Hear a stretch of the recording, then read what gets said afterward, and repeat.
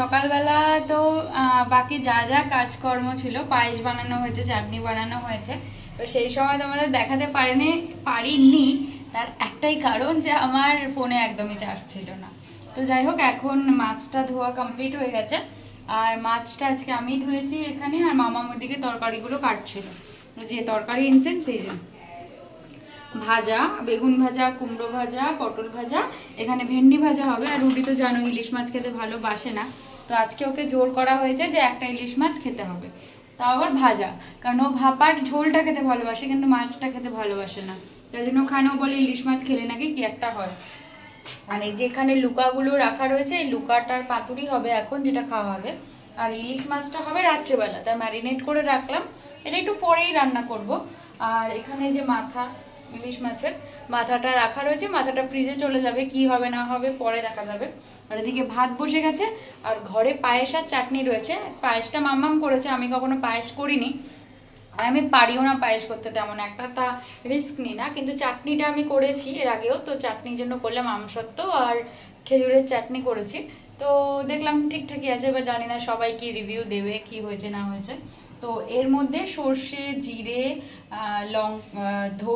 একটু হালকা ধনে, হলুদ আর হচ্ছে নুন দিয়ে আগে গরম জলের মধ্যে মানে ওটাকে পুরো চুবিয়ে রেখেছিলাম কিছুক্ষণ। তারপরে মাছটা ধুয়ে মাছের মধ্যে আগে নুন মাখিয়েছি। নুন মাখানো কমপ্লিট হয়ে যাওয়ার পর এর ভেতরে এই যে মাছগুলোকে সুন্দর করে করে এর ভেতরে পুরোপুরি দিয়ে দিয়েছি, কারণ যেহেতু ভাপা রান্না হবে আর ফ্রাইং প্যানে রান্না হবে, একবারে পেতে পেতে বসিয়ে দেবো। আমার সমস্যাটা কি, এর মধ্যে তো জল দেবো না, তাই জন্য আগে থেকে এটা দিয়ে দিলাম, তাহলে কি মাছের ভেতরে সমস্ত মশলাগুলো ঢুকবে, ততক্ষণে সমস্ত এগুলো ভেজে নিই, আর ভাতটাও হয়ে যাবে, কারণ দুপুরে তো খেতে হবে। আর কালকে তো দেখেইছো দুপুরবেলা আমি কিছু খাওয়া মানে রাত্রেবেলা ফুচকা খেয়েছি, কেক টেকের ব্যাপার ছিল, তাই জন্য রাতে কিছু খাওয়া দাওয়াও হবে না, আমি খাইনি। তো মাছ টাছ রয়েই গেছে, তো মাছটা ওটা আর লুকা পাতুরি হবে, আর হবে হচ্ছে এই ভাজা রুটির জন্য এখনের।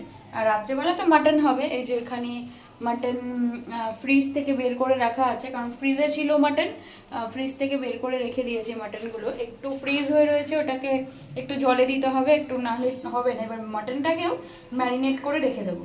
এবার রাত্রেবেলা মাটন, বেগুনি, ইলিশ মাছের ভাপা, আর হবে হচ্ছে পোলাও, আর তার সাথে একটু ভাতও থাকবে, কারণ ইলিশ মাছ দিয়ে একটু ভাত আর বেগুনি এক্সট্রা একটু ভাজা কিছু না থাকলে তো ভালো লাগে না। আর তারপর মাটন দিয়ে হচ্ছে পোলাও, এটা হচ্ছে আজকে আমাদের মেনু। তো এই মাছ অলরেডি ম্যারিনেট করা কমপ্লিট, তবে একটা ব্লান্ডার করে ফেলেছে কি, বললামই তো রুটি একটা ইলিশ মাছ ভাজা খাবে, সেটা এখান থেকে তুলে এখন একটু রেখে দেবো, কারণ আমি সব মাছটাকেই মেখে ফেলেছি। হ্যাঁ ভালো লাগবে ভাজা। হ্যাঁ, এবার এটাকে তুলে একটু রেখে তারপর ওটাকে ভেজে নেবো ভাজার সাথে সাথে। এটা কিছুক্ষণ থাকুক, কারণ কিছুক্ষণ থাকলে জিনিসপত্রগুলো ঢুকে যাবে। আর মামা ওদিকে তো তরকারি কেটেই রেখেছে, আর ওদিকে পায়েস টায়েস হয়ে গেছে, সেটা তোমাদেরকে দেখাচ্ছে একটু পরে। এখানে আমার একটা প্রবলেম হয়েছে, এখানে না কোনো স্ট্যান্ড নেই, তাই জন্য এখানে এই স্ট্যান্ড ছাড়াই রাখতে হয়। তো আগে এই জিনিসপত্রগুলো একটু যা যা আছে সবজিগুলো একটু ভেজে নিই, কারণ রুটিকে তো খেতে দিতে হবে। ওদের যারা এখন 2:30টার মধ্যে খেয়ে খেয়ে অভ্যাস হয়ে গেছে, তো ভাত এদিকে হয়ে গেছে, মাম্মাম ভাত পুর দিয়ে দিয়েছে। তো ভাজাগুলো হয়ে যাক, তেলটা প্রায় একদম ভালো মতন গরম করে নিয়েছি, তাই বেশি সময় লাগবে না। আর এখানে লুকা পাতুরি হবে দেখে তেল দিয়ে দিয়েছি, এখানে একটু কালো জিরা ফোড়ন দেবো, তারপরে লঙ্কা দিয়ে লুকাগুলো ছেড়ে দেবো, ব্যাস তাহলেই লুকা পাতুরি হয়ে যায়। ওটাই আমি যেটা ভাজা খাই, ওরা সেটা একটুখানি মানে কালো জিরা দিয়ে একটু টেলে নেয়, এটাই লঙ্কা দিয়ে, আর কিছু এক্সট্রা কিছু না। তো এখানে ভাজাগুলো হোক, ভাজা আর এটা তাহলে তাড়াতাড়ি হয়ে যাবে। আর ওদিকে তো মাটনটাকে এই যে জলের মধ্যে এখানে দিয়ে দিয়েছে, একটু জলে ভেজানো হোক মাটনগুলো, তাহলে সুবিধা হবে, কারণ না হলে এটা ছাড়তে অনেক সময় লেগে যাবে, আর এটাকে ম্যারিনেট করে রাখলে ভালো হবে। আর আজকে আমার হালাত কী অবস্থা দেখেছো, কেন এটা অবস্থা সেটা তো জানোই, কালকে যা অবস্থা করে দিয়েছিল, তার জন্য চুলের ঠিক করতে পারিনি চুল কিছু, তো চুলের এই জন্য অবস্থা পুরো খারাপ হয়ে গেছে।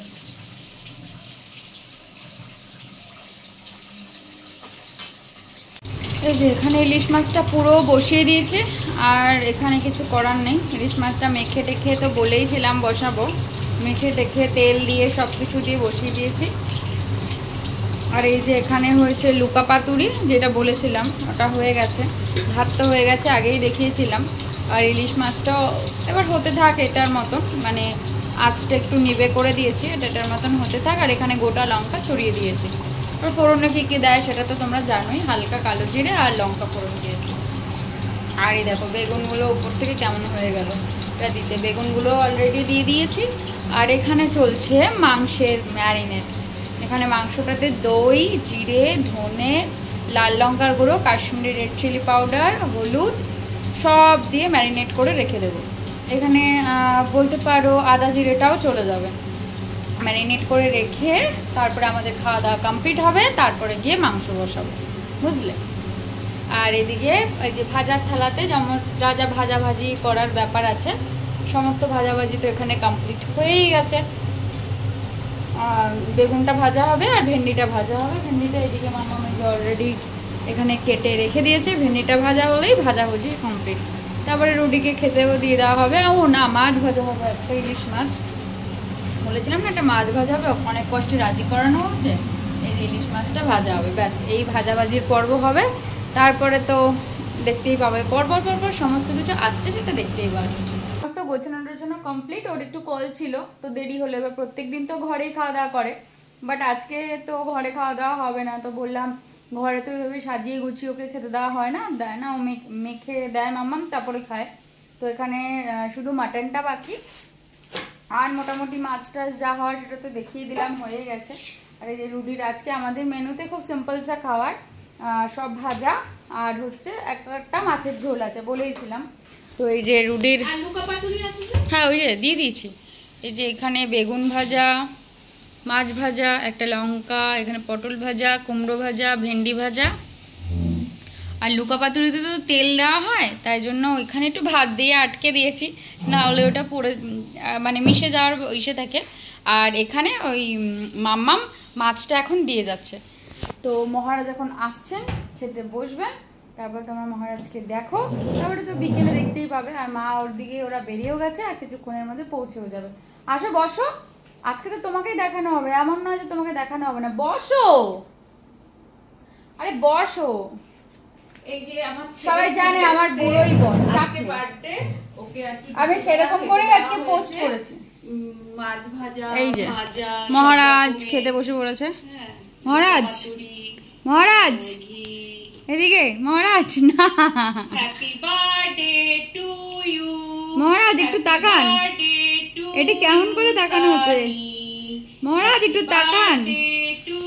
আচ্ছা যাই হোক, ওর এখন ঠিকঠাক প্রিপেয়ার নয়, তাই জন্য তাকাতেও চাইছে না। যাই হোক, তারপরে তো হতেই থাকবে, আমিও খেতে বসি, ঠিক আছে। অলরেডি অনেক লেট, কারণ তারপরে আবার সমস্ত কিছু গোছগাছ করার ব্যাপার আছে। আর মাম্মাম এই জায়গাটা পুরো, এই বেডটা গোছানো কমপ্লিট হয়ে গেছে, ওই দিকের ঘর ওই জায়গাটা গোছানো কমপ্লিট হয়ে গেছে।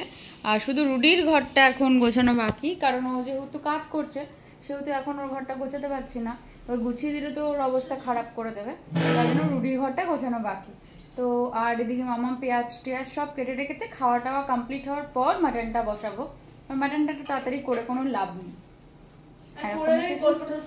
হ্যাঁ ওরকম প্ল্যানিং আছে। খাওয়ার টাওয়ারটা খেয়ে নিই, খেয়ে নিয়ে মাটনটা রান্না করে তারপরে দেখা যাবে কি হবে না হবে। তো চলো খাওয়া দাওয়াটা কমপ্লিট করি, দুপুরের লাঞ্চ।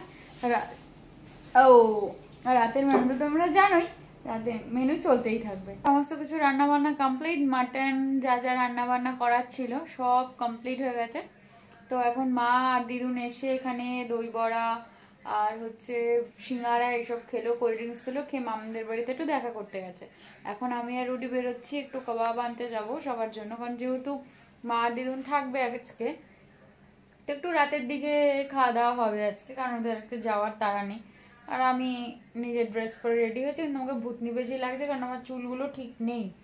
কাল বাড়ি গিয়ে শ্যাম্পু করতে হবে, কারণ আমি শ্যাম্পু আনিনি, আর আমি যে কোনো শ্যাম্পু ইউজ করি না। আর এই যে বার্থডে বয়ও রেডি হয়ে রয়েছে পুরো। আর এবার কলার টি শার্ট পরেছে। একটু দূরে যাও, তোমাকে দেখা যাচ্ছে না ঠিক করে।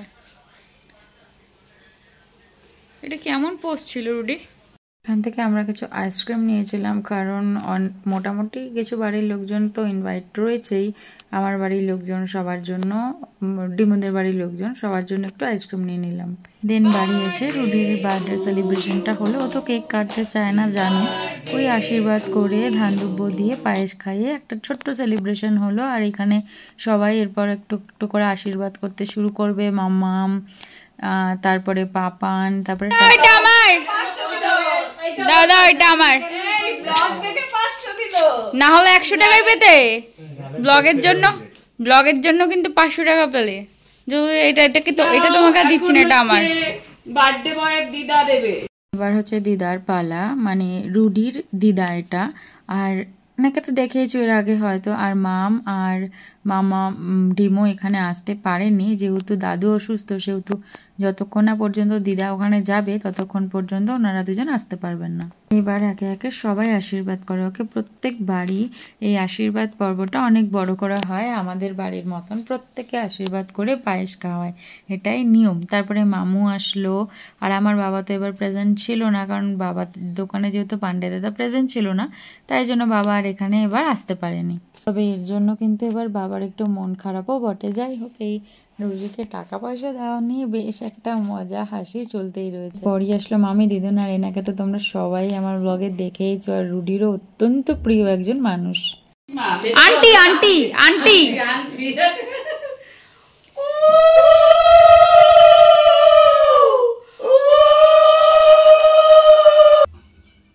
এক্ষুনি ওই পাশটা পড়ে যাবে। দেখেছো, ওরা আবার গানও চালিয়ে দিয়েছে। Birthday to you, happy birthday to you, happy birthday dear Dada Bhai, happy birthday to you. Foam spray, foam spray.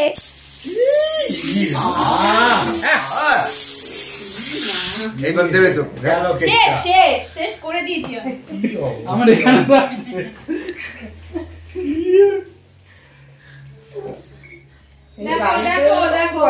কি করছে দেখো। ভুল করে আমার চোখে আসবি না ভাই, আমার চোখে ইনফেকশন হচ্ছে না। মধ্যে এক গাদা তোর মাথার মধ্যে দেখ, আর দিস না, কানে কাটে যাবে।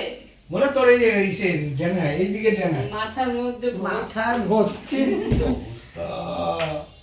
এটা নিবি মোবাইল দিয়ে খারাপ করে তুই কিনে দিবি। কে এনেছে? তোর বউ আমাকে বলেছে তুই আনবি কেন? এই সিস্টেমে গরম লাগছে। কেক কাট খাওয়া যাবে না, এটা তো সাবান। আজকে মুখের মধ্যে কেক চুক মাখিয়ে অবস্থা পুরো খারাপ করে দিয়েছে। দেখো, প্রত্যেক দিন এই করে ফোম মাখালো প্রথমে, তারপরে এরকম কেক মাখিয়ে। কোনো মানে হয় বলো তো, এরকম কেক টেক মাখিয়ে মুখের মধ্যে থেবড়ে থুবড়ে মনে হচ্ছে মুখের মধ্যে ক্রিম মাখিয়েছে, এমন করে কেক মাখিয়েছে। তো কেক মাখামাখির পর্ব শেষ করে একটু স্টার্টার খেয়ে নিলাম। তো সবার জন্য স্টার্টার হিসাবে একটু কাবাব নিয়েছিলাম, যেহেতু কাবাবটা আমার প্রিয় তাই। আয় এখানটা এসে মনে পাশে শো, আমি খাই দিচ্ছি। খাবে না এনে সরি খাবে না এইটা চোখে খুব ব্যথা হয়, খুব ব্যথা হয়। আনি হ্যাঁ ওই দেখো না তোমাকে না এটা খোলাও, খুলে এই জামাটা খুলে ফেলে, জামাটা পরে খুব বাজে লাগছে।